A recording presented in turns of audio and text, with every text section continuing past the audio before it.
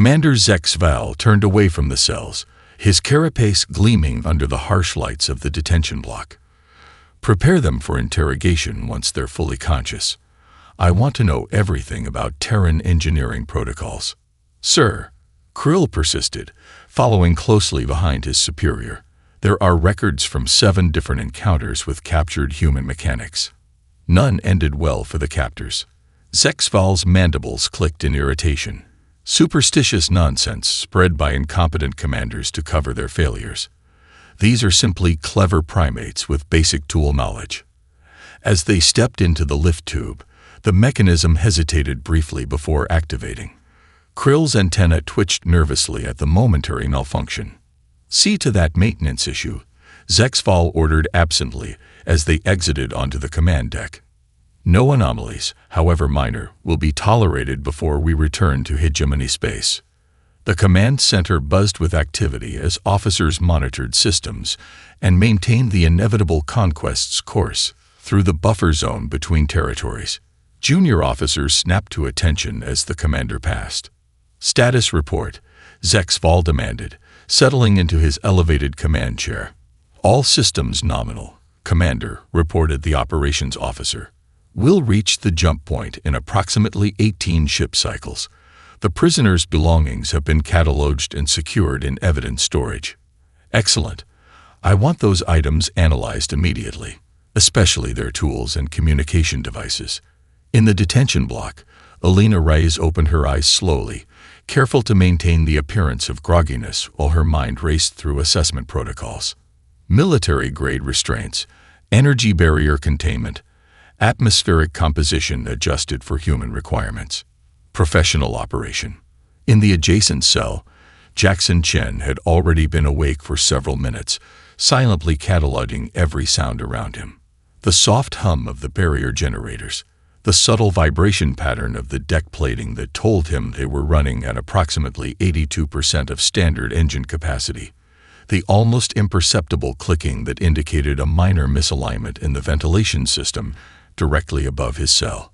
3 cells down, Devin Okafor lay perfectly still, eyes seemingly closed, but actually studying the reflection of the corridor in the polished surface opposite his bunk. 2 guards, rotating positions every 20 minutes.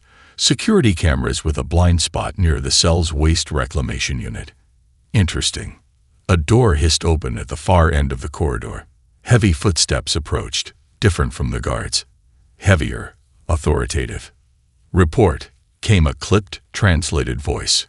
The prisoners are regaining consciousness, Science Officer Velazin, replied one of the guards.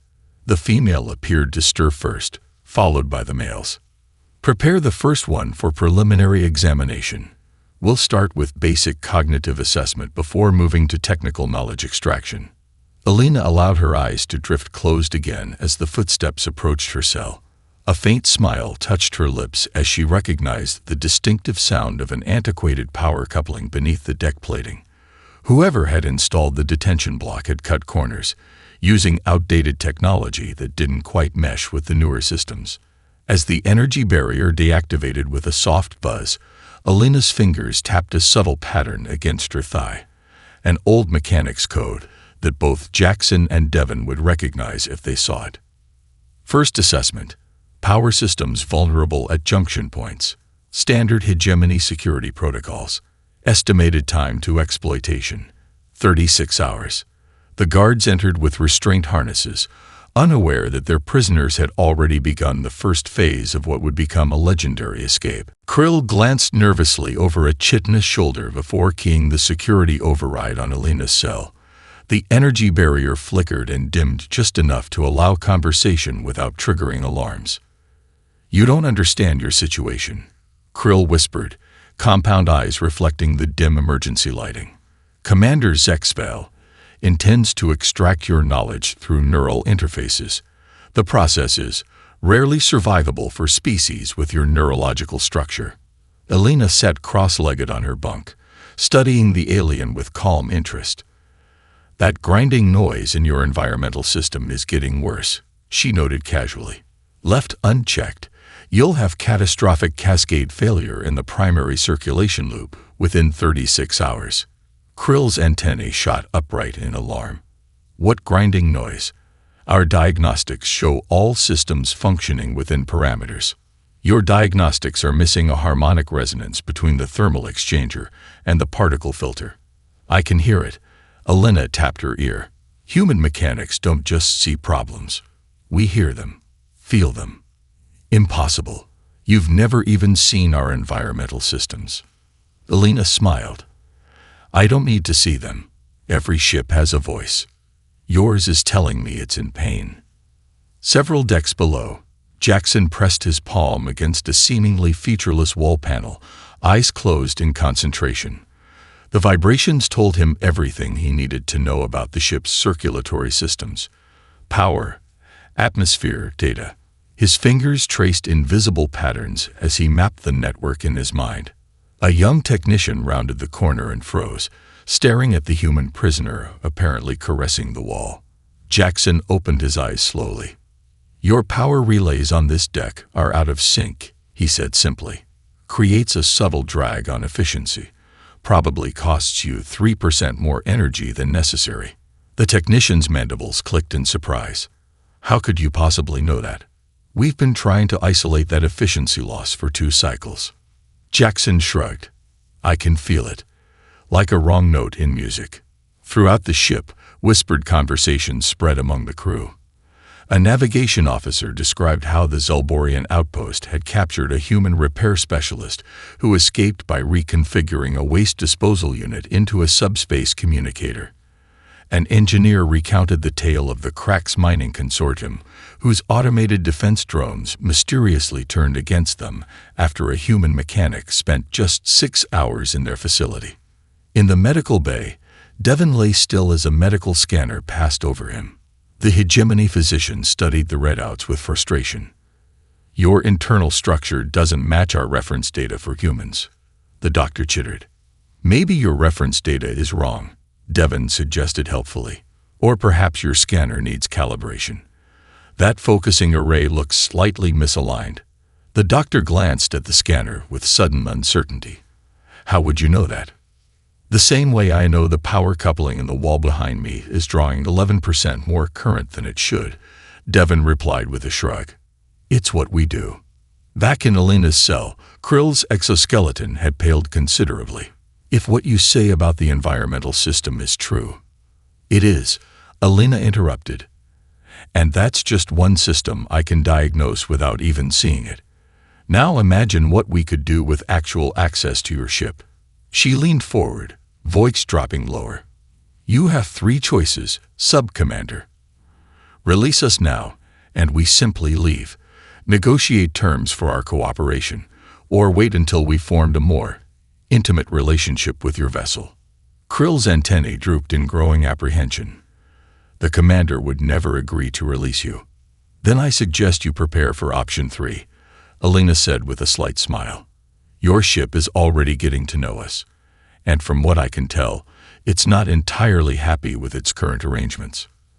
As if responding to her words, the lights in the corridor flickered briefly, casting strange shadows across the concerned alien's face. Commander Zexval circled the interrogation chamber with measured steps, his claws clicking rhythmically against the polished floor. Elena sat calmly in the center, secured to a chair designed for species with considerably different anatomy.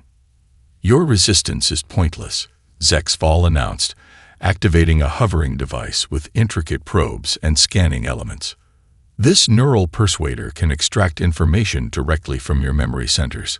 Cooperation would be less traumatic. Elena studied the device with professional interest. Interesting design. Quantum resonance scanning combined with targeted neurotransmitter manipulation. Effective, but your calibration is off for human physiology. Zexval's compound eyes narrowed. You recognize this technology. Not specifically, Elena admitted. But the principles are universal. That oscillation dampener is showing microfractures, by the way. I wouldn't run it above 60% capacity if you want accurate results. The commander switched off the device, mandibles twitching in irritation. You will assist our engineers with simple diagnostic tasks until we reach hegemony space. Perhaps practical demonstration of your skills will prove more illuminating than direct interrogation. Elena nodded agreeably. Smart decision. I'm happy to help with minor repairs. Across the ship in Engineering Section 12, Jackson carefully disassembled a malfunctioning power distribution node, while 4 armed guards watched his every move. His fingers moved with practiced precision, identifying components and their relationships instantly despite their alien design. This connection architecture is elegant, he commented to a suspicious hegemony engineer observing nearby. But your conductivity could be improved by adjusting the crystalline matrix orientation. The engineer chittered skeptically. That's counter to established hegemony engineering protocols. Jackson shrugged, continuing his work. Just an observation. As he reconnected the final coupling, a small power surge sparked through the console. Guards immediately raised weapons while Jackson raised his hands placatingly. Minor feedback loop, he explained calmly. Should stabilize in 3 seconds. The momentary confusion was all he needed to palm 3 tiny components that would go unnoticed in the system diagnostics, until he needed them. Meanwhile, Devon had been assigned to assist with recalibrating sensor arrays on the outer hull. He walked slowly alongside his guards, carefully counting steps between junctions, noting access panel locations, and memorizing the subtle tones that accompanied security clearance verifications at each doorway. You've got an interesting redundancy philosophy, Devon commented as they passed through the 5th security checkpoint. Triple-nested authentication for critical systems, but shared power conduits between security and non-essential functions. The guard's antennae twitched in surprise. How would you know about our power distribution? The wall panels vibrate differently near junctions, Devon explained. Engineers always leave signatures in their work if you know how to read them. That evening, as the ship prepared to make its final calculations for the jump to hegemony space, the primary navigation processor suddenly flashed with critical errors. Alarms blared across the bridge as officers scrambled to identify the cause. Navigation systems are completely unresponsive, reported a frantic officer. Calculation matrices show recursive errors that shouldn't be possible. Zexval's exoskeleton darkened with rage. Bring the human mechanics to the bridge immediately. In her holding cell, Elena hummed quietly, tapping a precise rhythm against the wall with her fingernail. 3 sections away, Jackson recognized the pattern instantly, an old Earth mechanics code indicating the first phase was complete. He responded with 2 short taps followed by 3 long ones. Systems compromised. Ready for phase 2. Devon, listening carefully in his own cell, smiled as he felt the subtle shift in the ship's background vibrations. The inevitable conquest was beginning to speak to them, and they were more than ready to listen. The hegemony's chief engineer, Trazkor, mandibles tight with humiliation, gestured to a holographic display of cascading error messages. The navigation system suffered a recursive fault in the primary calculation matrix, he explained to Commander Zexval. We've never seen this failure pattern before. Elena stood nearby, flanked by guards, her expression neutral despite the tension filling the bridge. The commander turned to her with barely contained fury. Examine the system, he ordered, but understand that if this is sabotage, the consequences will be severe. Elena approached the console unhurriedly, her eyes quickly scanning the error patterns. Her fingers danced across the interface with natural fluidity, as if she'd worked with this alien technology her entire life. There's a power fluctuation in the tertiary navigation array, she explained, pointing to a subsection that appeared normal to alien eyes. Your diagnostics missed it because it only occurs at specific calculation thresholds. She looked up at the astonished engineer. It'll happen again in exactly 43 seconds. The bridge crew watched in stunned silence as the system flashed the exact error she predicted precisely when she said it would. How could you possibly know that? Trazkor demanded. Elena shrugged. The system has a rhythm. Once you understand it, the problems become obvious. Throughout the ship, other systems began behaving unpredictably. In the officers' mess, Food dispensers suddenly produced every meal with maximum spice levels, leaving senior staff members gasping for water. Gravity in the commander's quarters fluctuated subtly, just enough to disturb sleep cycles. Door timing mechanisms adjusted imperceptibly, closing just slowly enough to catch the edges of uniforms as crew members passed through. In the medical bay, Devon lay on an examination table, moaning dramatically while clutching his abdomen. "The pain is excruciating," he gasped. "My appendix must be rupturing." The hegemony physician scanned him with increasing concern. "Our data on human physiology is limited, but your internal readings are highly irregular. Standard procedure requires immediate treatment," Devon insisted through gritted teeth. "You need to reduce these restraints and give me access to the medical interface. I can guide you through the procedure." The doctor hesitated, consulting with a superior via communicator, before reluctantly loosening Devon's restraints. As the medical staff prepared unfamiliar equipment, Devon's eyes carefully tracked the reflection of the nearby armory door in a polished cabinet surface, noting the precise sequence of the security panel lights as a guard entered his access code. Meanwhile, Jackson had transformed the waste reclamation unit in his cell into a rudimentary communications receiver by repurposing the components he'd stolen. Sitting quietly on his bunk, he listened to internal ship transmissions flowing through the modified device. Security teams reporting increased system malfunctions across decks 3 through 7, came a concerned voice. Engineering suspects power grid instabilities. Jackson smiled. The ship was speaking to them now, accepting their subtle changes, adapting to their suggestions with increasing receptivity. When Krill confronted Elena after she was returned to her cell, the sub-commander's exoskeleton had paled to an almost translucent state. "Systems are failing ship-wide," Krill hissed. "The commander believes you're responsible." Elena looked up with perfect composure. "We're not sabotaging your ship," she explained. "That would be crude and unprofessional. We're getting to know it." "Getting to know it." Krill's antennae twitched in confusion. "Think of it as a first date," Elena said with a slight smile. "We're learning its preferences, its quirks, its potential. And remarkably, it seems quite interested in getting to know us too." As if responding to her words, the lights in her cell dimmed slightly, then brightened in a pattern that almost resembled a wink. Junior engineer Lithmar checked the maintenance corridor. Twice before approaching Sub-Commander Krill, his antennae quivering with nervous energy. "We need to speak," he whispered, pulling Krill into a recessed alcove away from the security sensors. "About the humans." "What about them?" Krill asked, already suspecting the answer. "Yesterday I observed the male human examining a malfunctioning cooling junction," Lithmar explained hurriedly. "He touched it for less than a minute, made 3 minor adjustments, and now it's operating 23% more efficiently than design specifications." Before Krill could respond, 5 other crew members emerged from shadow-darkened corridors.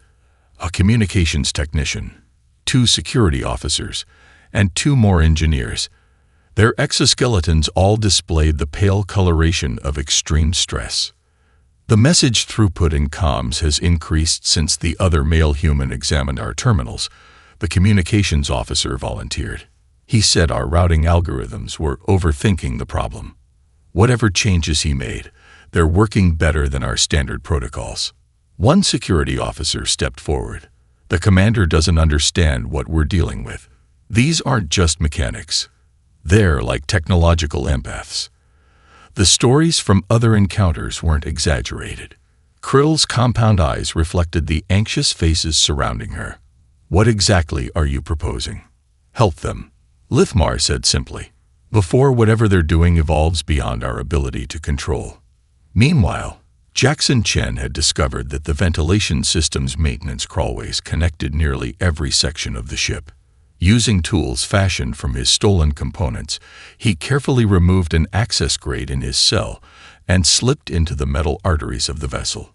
The ship's environmental systems seemed to welcome him, adjusting local temperatures to human comfort levels as he navigated the narrow passages. He paused at each junction, placing his palm against the metal to feel the pulse of data and power flowing through the ship. "You're quite the conversationalist," he whispered to the vessel as a ventilation fan slowed automatically to silence his passage. In the medical bay, Devon had convinced the staff that his treatment required enhanced mobility. His restraints had been reduced to a single ankle monitor that the medical team believed was secure, unaware that Devon had already identified 3 different ways to deactivate it when the time came. "The neural pathways in humans are remarkably adaptive," he explained to a fascinated alien physician as they reviewed his scan results. "Our brains form new connections when we learn new skills, especially when working with unfamiliar technology." The doctor leaned closer. "Is this why your species has such facility with mechanical systems?" "Partly," Devon smiled. "But it's more than that. We don't just use technology. We form relationships with it. The more complex the system, the more engaging the conversation." Alina continued her careful work in engineering, making suggestions that appeared helpful while creating a complex web of dependencies that only she fully understood. Systems throughout the ship were now operating with subtle modifications, each one insignificant alone, but together forming an intricately choreographed dance, leading to a moment when control would shift decisively. When Commander Zexval announced the humans would be placed in stasis until reaching hegemony space, Krill knew the time for indecision had passed. Meeting with her unlikely alliance of concerned crew members, she outlined a desperate plan.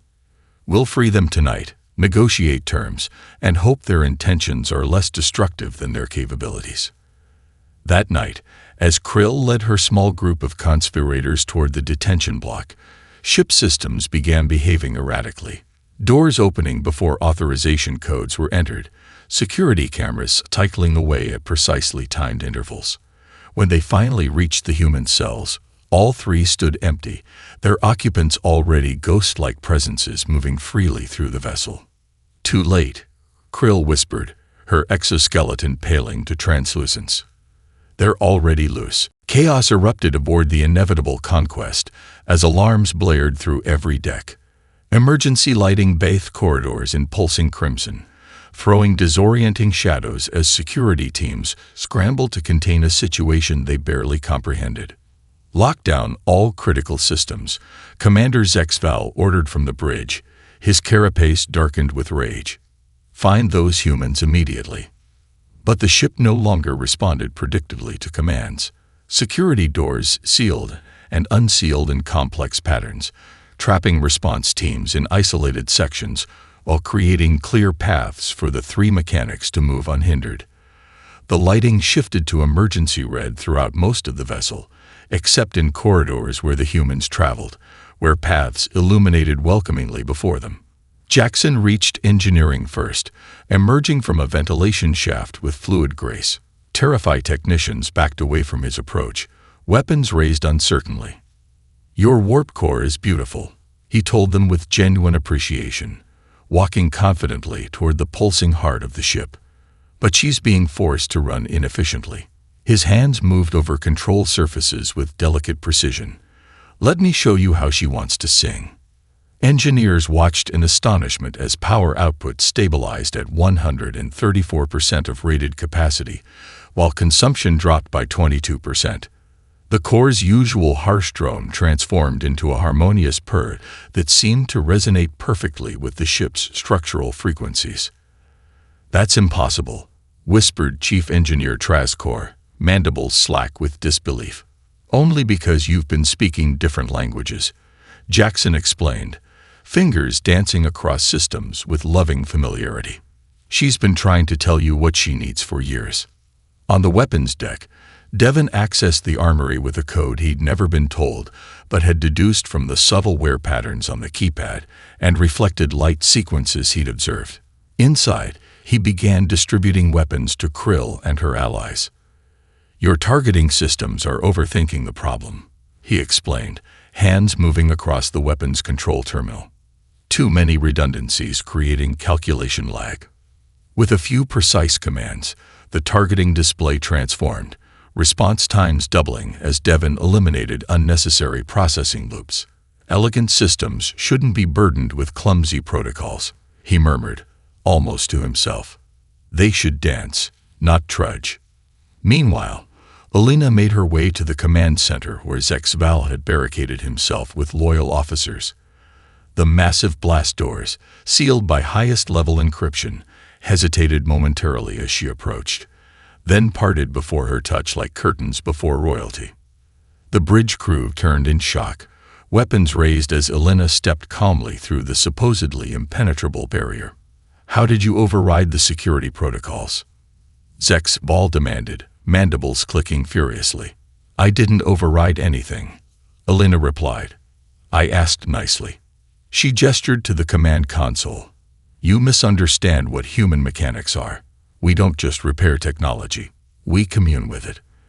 As she spoke, ship functions began transferring to her control without her touching a single interface. Displays reconfigured themselves, security protocols realigned, and even the artificial gravity adjusted to Earth normal parameters.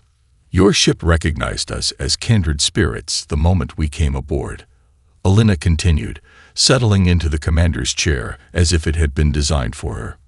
"We speak the language of machines fluently, not with words or code, but with understanding and respect." The bridge lighting dimmed slightly, then brightened in a rhythmic pattern that made several officers back away nervously. "See." Alina smiled as system after system acknowledged her presence. "Your ship prefers our touch to yours. It's not personal. It's professional recognition." She leaned forward, eyes locked with the commander's. "Now shall we discuss the terms of your surrender?" A Terran distress signal pulsed from the inevitable conquest, its distinctive pattern cutting through subspace with remarkable clarity. Alina monitored the communications array from the commander's chair, which had reconfigured itself to better accommodate human physiology. "Transmission confirmed," she announced to the bridge crew, now a mixture of Krill's allies and subdued hegemony loyalists. "Coalition fleet acknowledges receipt. Response vessels diverted to our location." Throughout hegemony space, reports spread with unprecedented speed as escape pods transmitted fragmentary accounts of the battlecruiser's fate. Alien admirals received increasingly urgent warnings from fleeing shuttlecraft. Humans don't hack technology, they seduce it. On a nearby hegemony dreadnought, Admiral Vostan reviewed the scattered transmissions with growing alarm. They captured 3 human mechanics and lost their flagship in less than 7 cycles. His exoskeleton darkened in disbelief. How is this possible? His executive officer's antennae twitched nervously. Reports suggest the humans formed some kind of relationship with the ship's systems.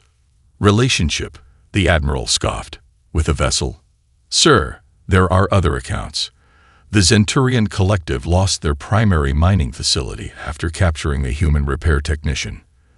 The Duraxian fleet had 2 destroyers inexplicably shut down after bringing a human engineer aboard for questioning. The officer hesitated. The pattern is consistent and disturbing.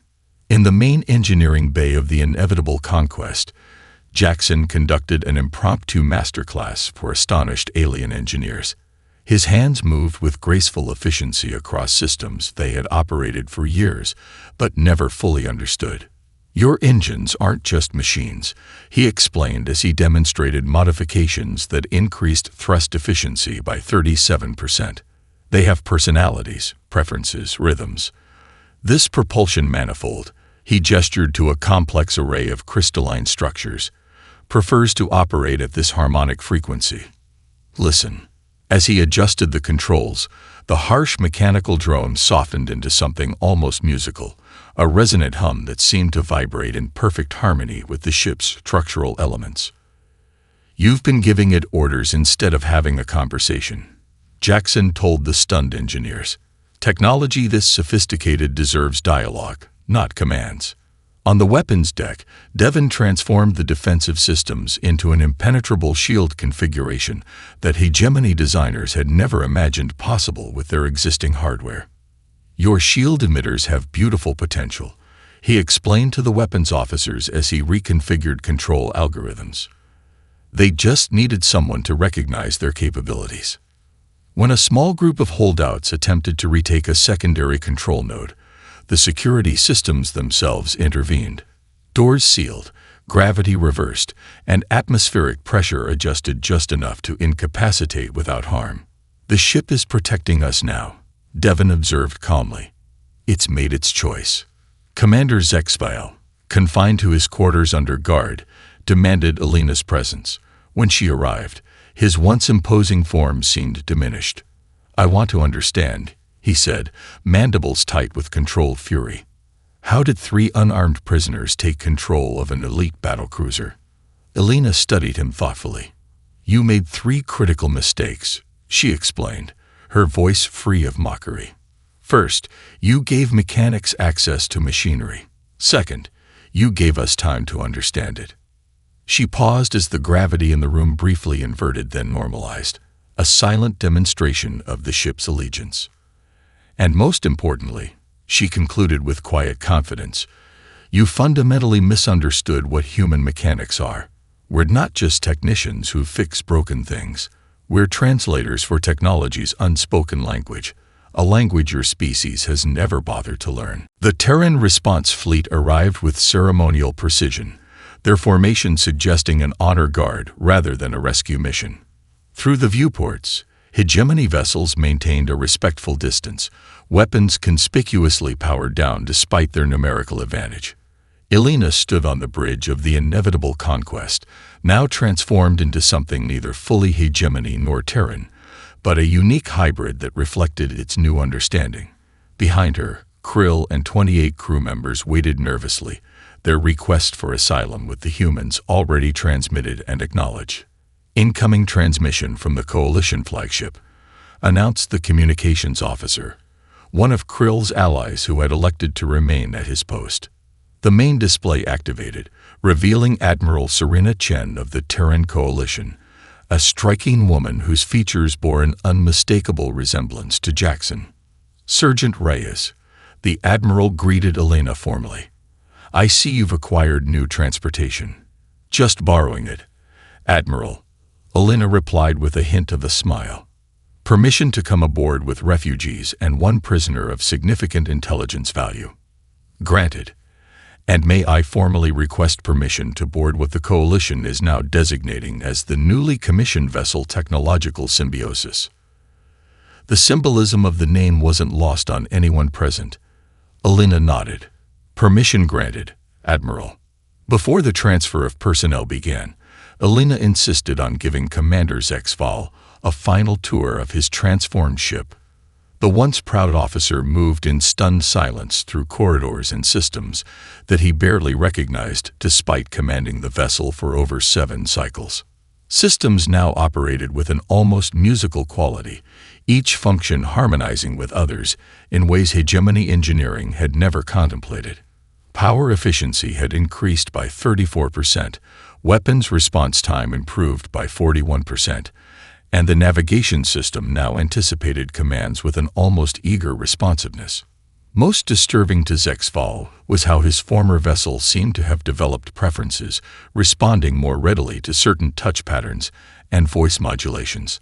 Lights brightened subtly when the humans approached and dimmed when he passed, as if the ship itself was expressing disdain. This is why capturing human mechanics is considered suicidal folly throughout the galaxy, Alina explained as they entered engineering, where Jackson and Devon were teaching alien engineers a new maintenance protocol that resembled a carefully choreographed dance. "Technology isn't just a tool to us, it's a partner. We don't dominate it, we collaborate." "But it's just machines," Zexfal protested.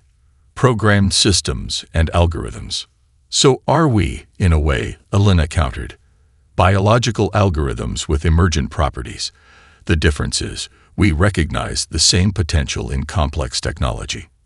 She gestured to where Devon was demonstrating how to calibrate a power coupling by feeling its resonance rather than relying solely on instruments.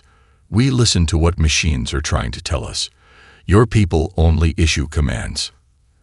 As the commander was escorted to the Terran vessels, The story of the three mechanics began transmitting across every frequency and subspace channel. In academies and shipyards throughout known space, a new understanding took root. Humans weren't technological masters. They were technological whisperers. The galaxy watched with wary fascination as humanity continued its expansion, their machines evolving alongside them in a symbiotic relationship that other species could observe but never truly replicate.